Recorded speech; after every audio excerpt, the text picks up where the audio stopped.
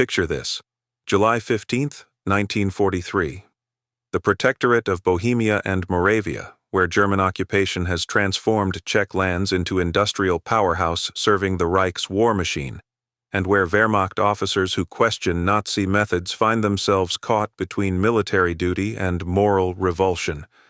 Oberst Heinrich von Steinbach, a 51-year-old Wehrmacht intelligence officer from an aristocratic Prussian family, receives orders that confirm his worst fears about the direction of German military policy.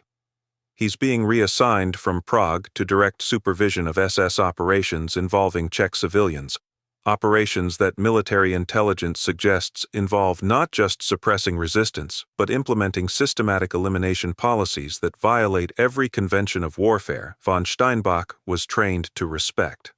At 05:47 hours on July 16th, von Steinbach makes a decision that will define his fate. He flees Prague in a military vehicle carrying intelligence documents that could reveal SS operations throughout occupied Europe, heading toward the mountains of northern Bohemia, where Czech resistance fighters operate in forested terrain that German forces have never fully controlled.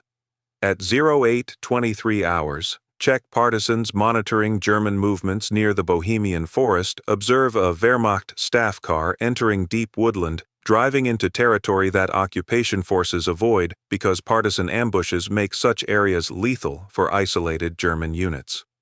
For 80 years, Oberst Heinrich von Steinbach will not emerge from that Czech forest. Search parties sent by both SS security services and Wehrmacht command will find the staff car abandoned, its documents missing, but no evidence of von Steinbach or what happened after he entered one of Central Europe's most inaccessible wilderness areas.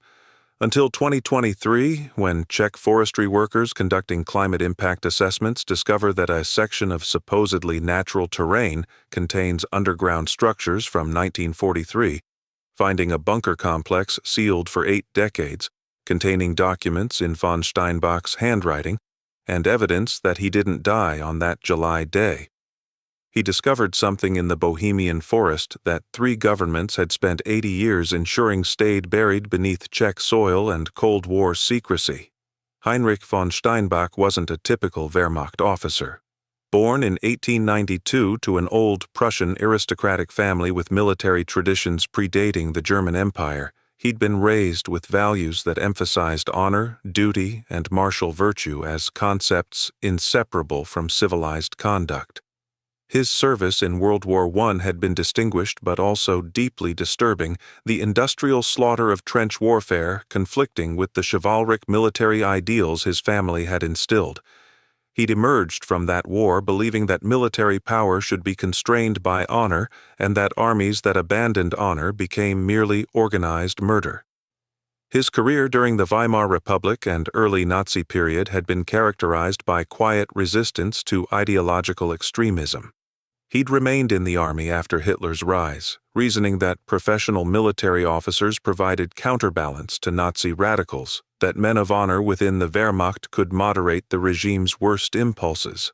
But by 1943, as German military situation deteriorated and as SS influence over military operations increased, von Steinbach had watched his hope that honor could constrain Nazism crumble into horrified awareness that Wehrmacht was becoming complicit in crimes that no concept of military duty could justify. His assignment to Prague in 1942 had initially seemed like opportunity to serve honorably. The Protectorate of Bohemia and Moravia was occupied territory, certainly, but it was also industrial region that Germany needed functioning rather than terrorized. Intelligence work involved monitoring resistance activities, assessing industrial production, and coordinating with Czech administrators who cooperated with occupation under varying degrees of coercion. It was occupation duty that von Steinbach could rationalize as serving German military interests without directly participating in atrocities, but the assassination of Reinhard Heydrich in May 1942 had changed everything. SS reprisals had been savage, the destruction of Lidice and Ležáky demonstrating that Nazi leadership viewed Czech population not as occupied people to be managed, but as enemies to be terrorized. and von Steinbach's intelligence work had increasingly involved not gathering military information but identifying targets for SS operations that he recognized as systematic elimination campaigns disguised as security measures. His personal diary, fragments of which Czech authorities had recovered from family archives in Germany during the 1990s reunification, documented his growing moral crisis. In June 1943, just weeks before his disappearance, he'd written words that would become evidence in historical debates about Wehrmacht resistance to Nazi policies. "I am being ordered to provide intelligence support for operations that have no military justification. We are identifying Czech intellectuals, community leaders, anyone who might resist German domination after the war. The stated purpose is security. The actual purpose is eliminating Czech capacity for independent national existence. I am being made complicit in cultural genocide. And I find myself asking whether remaining in service hoping to moderate these operations is principled resistance or cowardly collaboration in crimes that military honor cannot excuse." His reassignment orders, dated July 14, 1943, had removed any remaining ambiguity about what his service would involve. He was being transferred to direct liaison with SS operations throughout the Protectorate, his intelligence expertise to be used for identifying Czech civilians whose elimination would serve the Reich's long-term security interests. The orders came from the highest Wehrmacht command levels, signed by officers von Steinbach had respected, demonstrating that the military institution he'd served for decades had been fully absorbed into Nazi objectives that rendered traditional military honor meaningless. On July 15th, von Steinbach had made his decision. He would not accept the reassignment. He would instead flee with intelligence documents that revealed the scope of SS operations in occupied Czech lands, documents that might serve as evidence for war crimes prosecutions if they could reach Allied authorities. His plan involved contacting Czech resistance through intermediaries he'd developed during intelligence work, attempting to arrange passage to territories where documents could be delivered to British or American forces. His escape from Prague on July 16th had been carefully planned but hastily executed. He'd requisitioned a military staff car using his authority as intelligence officer, loaded it with documents he'd been systematically copying for weeks, and departed Prague claiming to be conducting inspection tour of security installations in northern Bohemia. By the time his absence was reported to SS security services, he'd driven 150 kilometers north, entering forested regions where German control was nominal and where Czech partisans operated with increasing boldness as Wehrmacht resources were diverted to more critical fronts. His decision to enter the Bohemian forest had been deliberate. The region, one of Central Europe's largest continuous forest areas, straddled the border between Protectorate and Bavaria. It was remote, mountainous, and heavily forested, providing cover for resistance activities that German forces had never successfully suppressed. Von Steinbach had intelligence indicating that Czech partisan groups maintained bases in the forest, supplied through networks connecting them to resistance organizations throughout occupied Europe. If he could make contact with partisans, they might facilitate his journey westward toward American lines, which by mid-1943 were beginning operations in Italy and preparing for eventual invasion of France. Czech resistance records, declassified in 2003 following Czech entry into NATO, confirmed that partisans had indeed observed von Steinbach's staff car entering the forest on July 16th.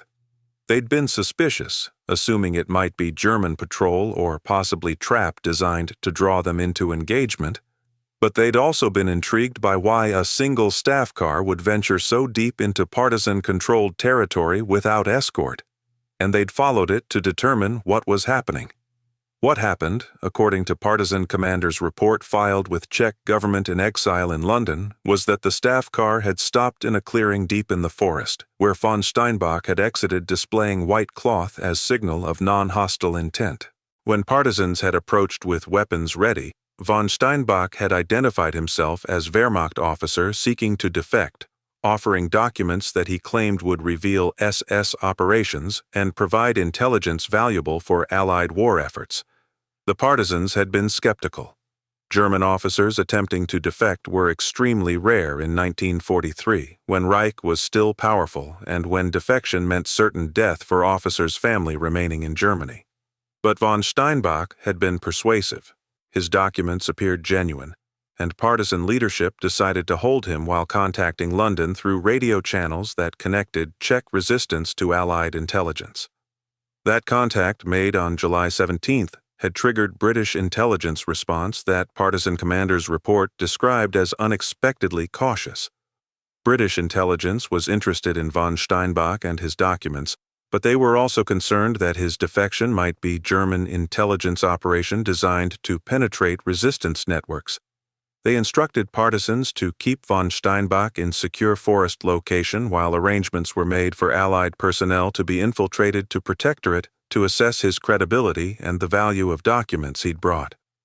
The partisan report revealed that over following weeks, von Steinbach had been held in a bunker complex that resistance had constructed in the forest, a sophisticated underground facility designed to be invisible from aerial reconnaissance and ground patrols. The bunker served as partisan headquarters, supply depot, and occasionally as hiding place for Allied personnel who'd been shot down over Protectorate territory and were being evacuated through resistance networks. British intelligence officers had visited the bunker in August 1943, infiltrated through networks that moved people and materials across occupied Europe. They'd conducted extensive debriefings of von Steinbach, examining his documents and assessing whether he was genuine defector or elaborate German deception.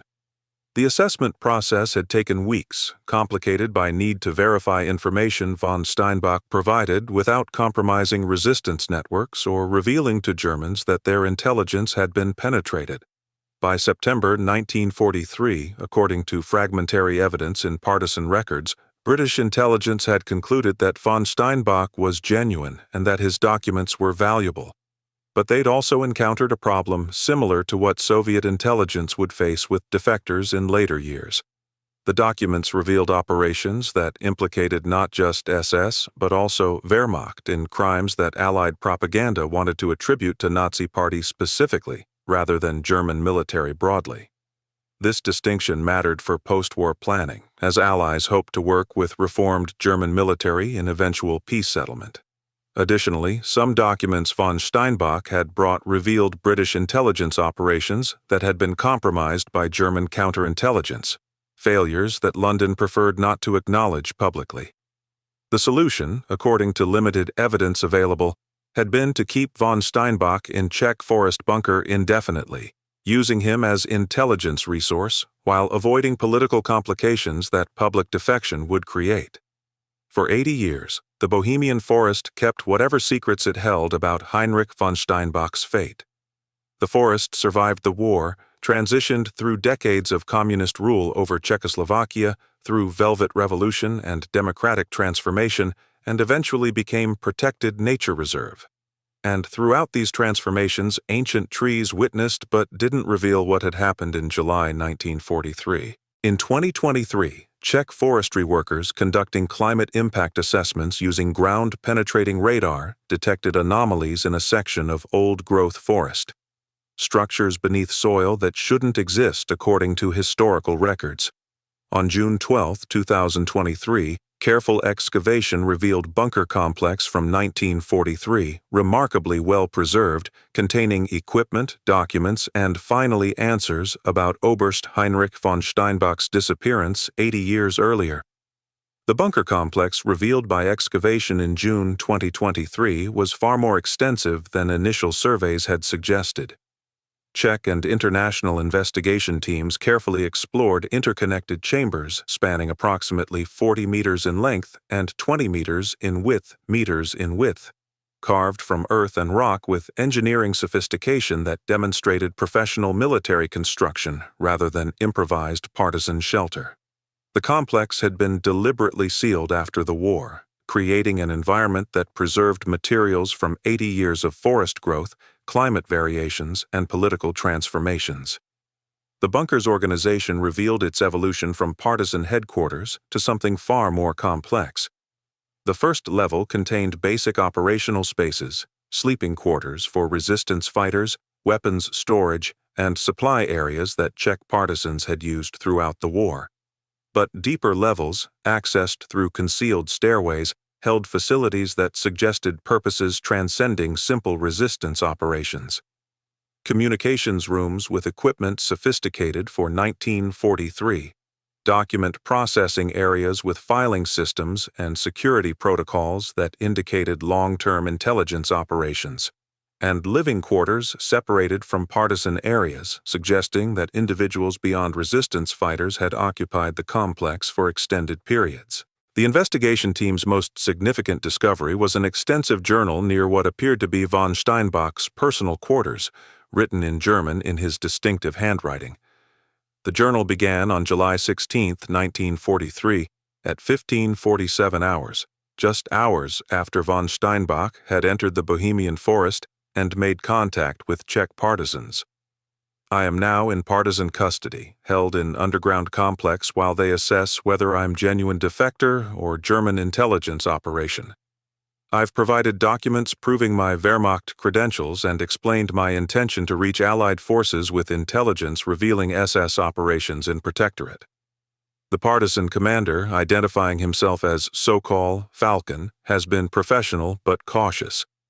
He's contacted London through radio channels requesting instructions about handling Wehrmacht intelligence officer who claims to be defecting with documents of significant value.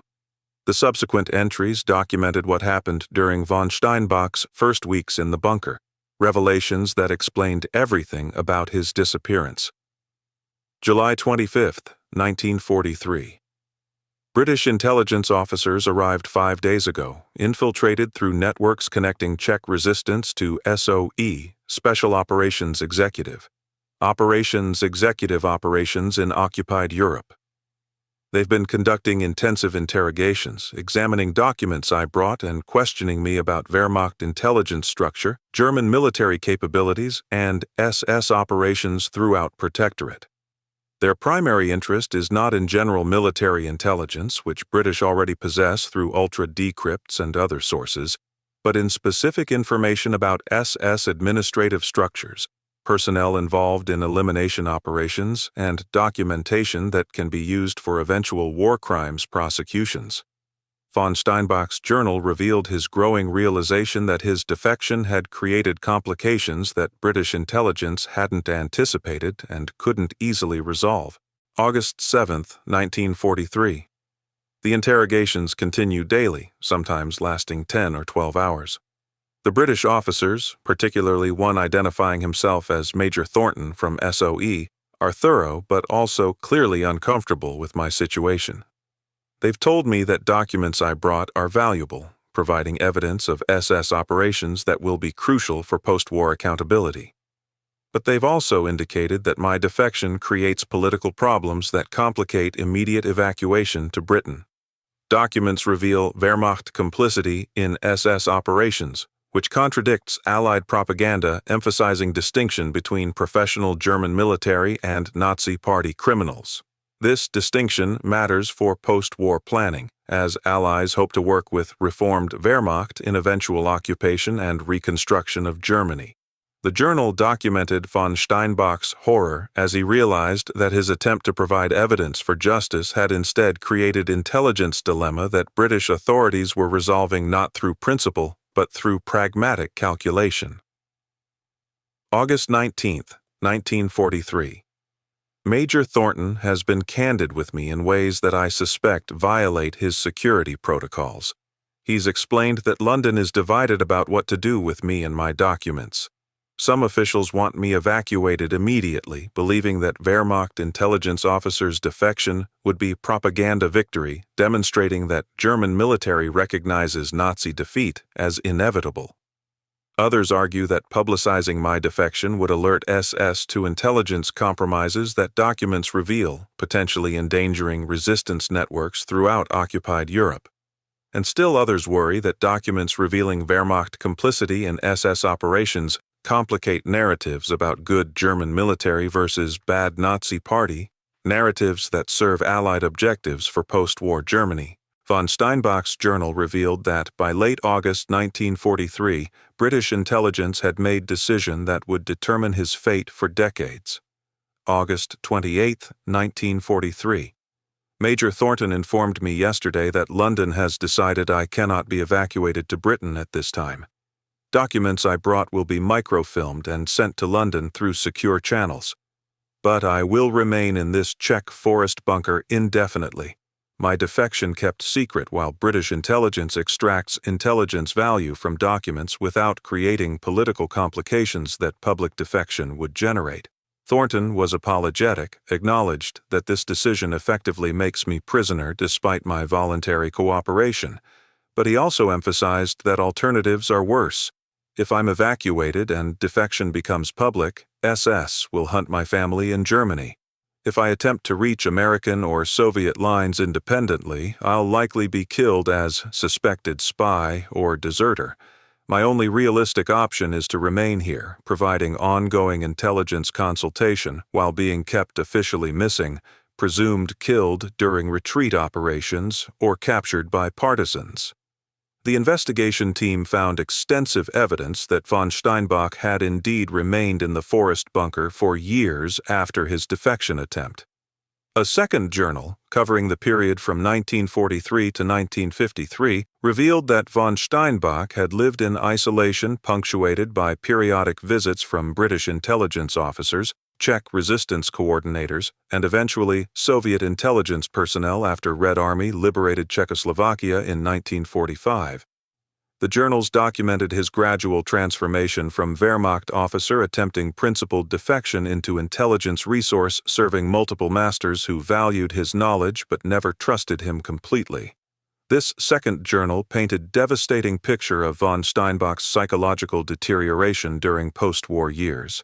May 15, 1945. The war in Europe ended a week ago. Wehrmacht surrendered unconditionally.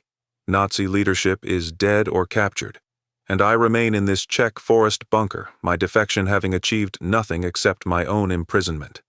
Major Thornton visited yesterday, first time since Soviet forces entered Czechoslovakia in April. He explained that my situation has become even more complicated now that Soviets control this territory. British can't evacuate me without Soviet approval. Soviets are interested in my knowledge but suspicious of anyone who worked with Western intelligence. And Czech communists gaining political control view me as German officer regardless of my attempted defection, someone whose presence requires continued secrecy to avoid nationalist backlash against any perceived sympathy for Germans.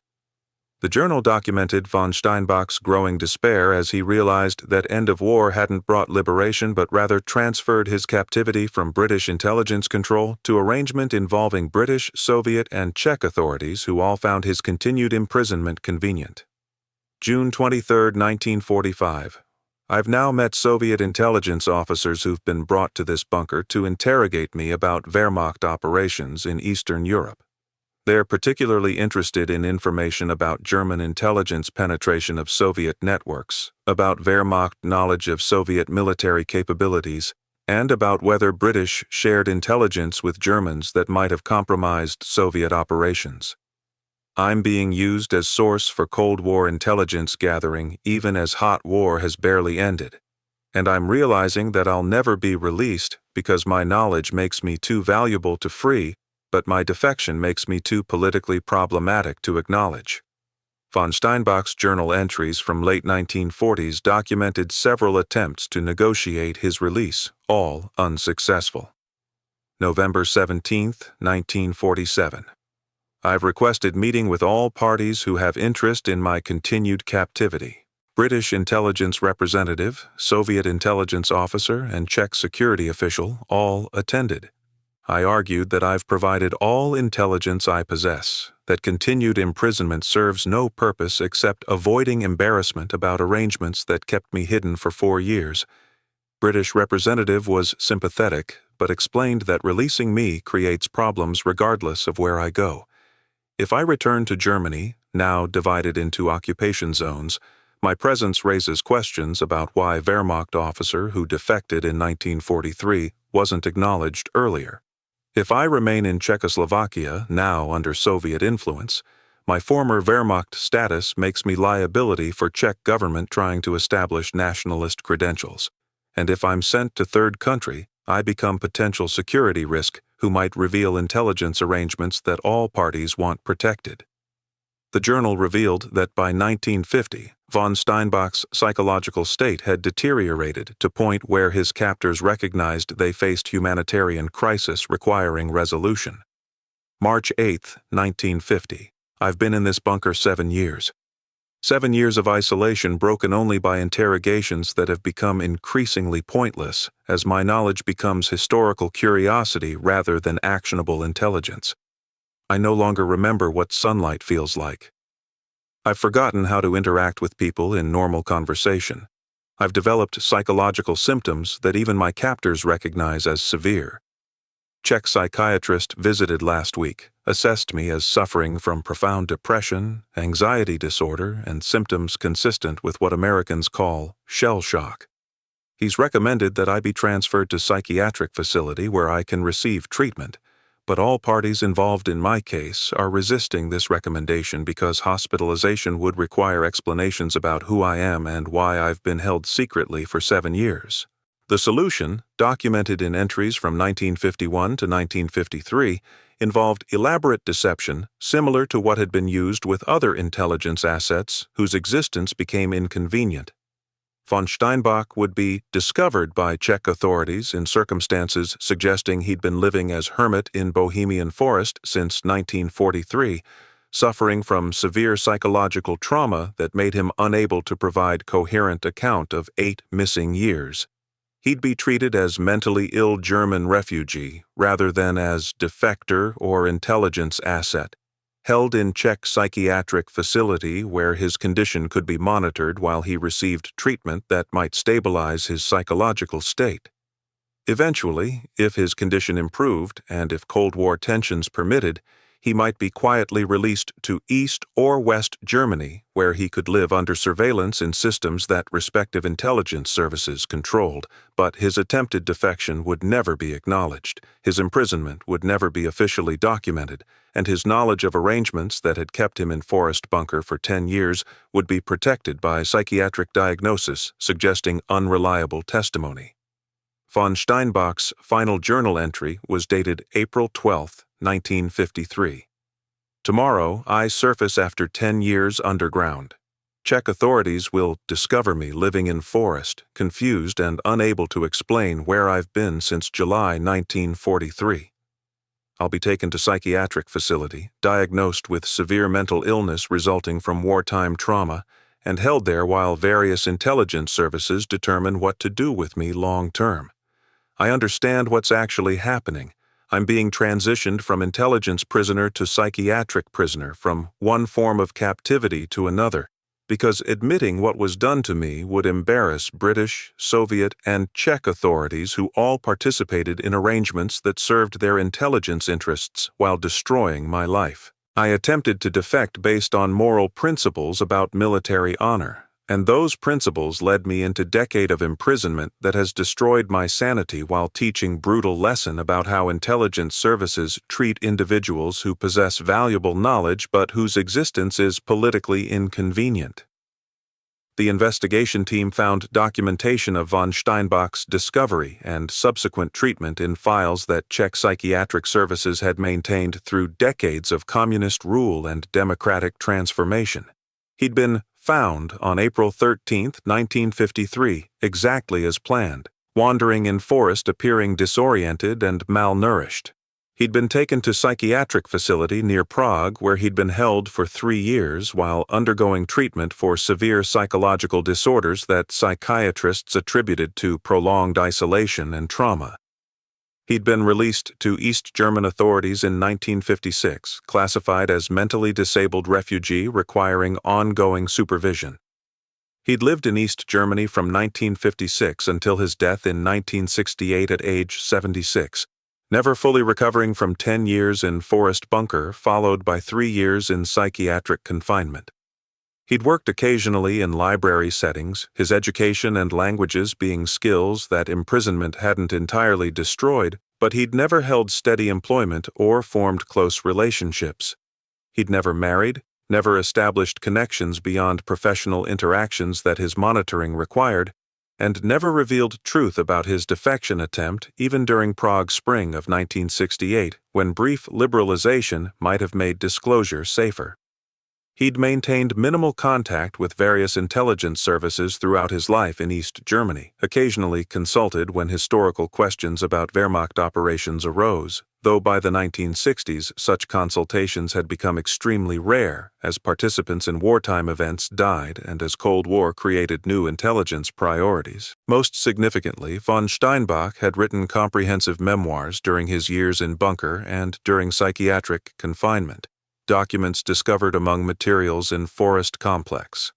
The memoirs explained what had happened, justified his defection attempt despite catastrophic personal consequences, and provided detailed documentation of how multiple intelligence services had treated Wehrmacht officer whose knowledge was valuable but whose existence was politically problematic. Those memoirs provided historians with unprecedented insight into how intelligence services from multiple nations had cooperated during and immediately after World War II to manage defectors and intelligence assets whose value required preservation but whose public acknowledgement would create diplomatic or propaganda complications. Von Steinbach's case, while extreme in its duration and psychological impact, reflected broader patterns of intelligence pragmatism that prioritized operational security and political convenience over humane treatment of sources. The most devastating documents in the bunker were letters von Steinbach had written to his family throughout his imprisonment, letters he'd never been allowed to send, but which documented his continuing emotional connection to relationships he'd abandoned through defection attempt. The letters explained his motivations for fleeing Prague, described his imprisonment and psychological deterioration, expressed guilt about consequences his family had suffered, and asked forgiveness for pain his disappearance had caused. The final letter, dated November 23, 1967, just months before von Steinbach's death, contained words that investigation team members found almost unbearable to read. To my family, if these letters are ever discovered, I want you to understand what happened and why I made choices that destroyed not just my life, but yours as well. I fled Prague in July 1943, attempting to provide evidence of SS crimes to Allied authorities. I believed that military honor required exposing operations that violated every principle of civilized warfare. But my defection became imprisonment lasting 10 years in Czech Forest, followed by psychiatric confinement and monitored existence in East Germany. I tried to do what I believed was right thing, to use knowledge I possessed to serve justice. Instead, I created suffering for everyone connected to me while achieving nothing except my own destruction. Whether my choice was morally justified, whether attempting defection despite predictable consequences was ethical, I've spent 24 years questioning without reaching conclusion that provides any comfort. I chose principles over practical wisdom.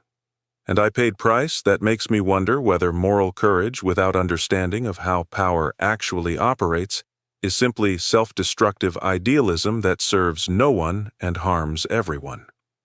The Czech government's response to the bunker discovery in 2023 involved extensive consultations with German, British, Russian, and other governments about handling evidence that complicated official narratives about wartime intelligence cooperation, Cold War treatment of defectors, and moral complexities that simple heroic narratives about resistance and defection obscured.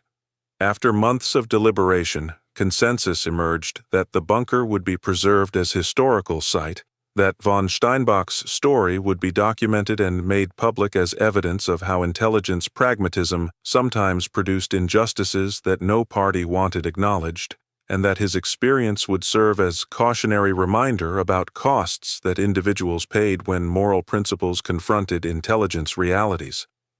Von Steinbach's surviving relatives were contacted and given information about what had happened to Oberst Heinrich von Steinbach after he fled Prague in July 1943. His great-nephew Stefan received notification from German Historical Commission, access to documents from bunker, and opportunity to visit site where his great-uncle had spent 10 years imprisoned for attempting to act on principles that family military tradition had taught represented highest values of honorable service. Stefan's response, recorded in interview given to Czech and German media in August 2023, captured the complex emotions that von Steinbach's story provoked across generations. "My great-uncle was raised to believe that military officers served honor above politics. That moral duty transcended institutional loyalty when institutions became criminal. He attempted to act on those beliefs, trying to provide evidence that could serve post-war justice. But his attempt destroyed him, turning principled defection into imprisonment that lasted until his death 25 years later. I don't know whether to honor his courage or mourn his naivety about how intelligence services actually operate when principles conflict with operational requirements. Perhaps both responses are necessary for understanding how individuals make choices that defy simple moral judgment when caught between systems that value information more than individuals. The bunker in Bohemian Forest was preserved and opened to public in 2024 as memorial and museum documenting von Steinbach's story and broader history of intelligence operations, defections, and moral dilemmas that World War II and Cold War created.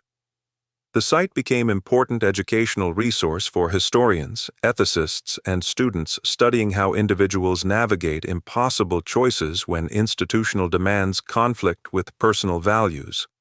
Among scholars and visitors who studied von Steinbach's case, consensus emerged that his story complicated every simple narrative about wartime courage, defection, and moral agency. He'd been Wehrmacht officer who opposed Nazi crimes but who'd served German military until moral revulsion overcame institutional loyalty. He'd attempted defection, motivated by ethical principles, but had been imprisoned by the very forces he'd tried to assist. He'd spent decades in captivity not because he'd committed crimes, but because his knowledge was valuable and his freedom was inconvenient to intelligence services that prioritized operational security over justice or humanity. Whether his choice to flee Prague had been justified, whether defection attempt despite predictable personal costs was ethically defensible, those remained contested questions that different people answered differently depending on whether they valued individual moral agency over pragmatic recognition of institutional power. But everyone who studied his case agreed that Oberst Heinrich von Steinbach had entered Bohemian Forest in July 1943, attempting to serve principles his family and military training had taught represented highest values. And those principles had led him into imprisonment that destroyed him psychologically while teaching brutal lesson about how intelligence realities often overwhelmed moral idealism, how knowledge made individuals valuable as resources but problematic as people, and how courage without wisdom about power's actual operations sometimes produced tragic consequences that courage alone couldn't prevent or overcome. This story was intense, but this one on the right is even more insane. You won't believe what they uncovered.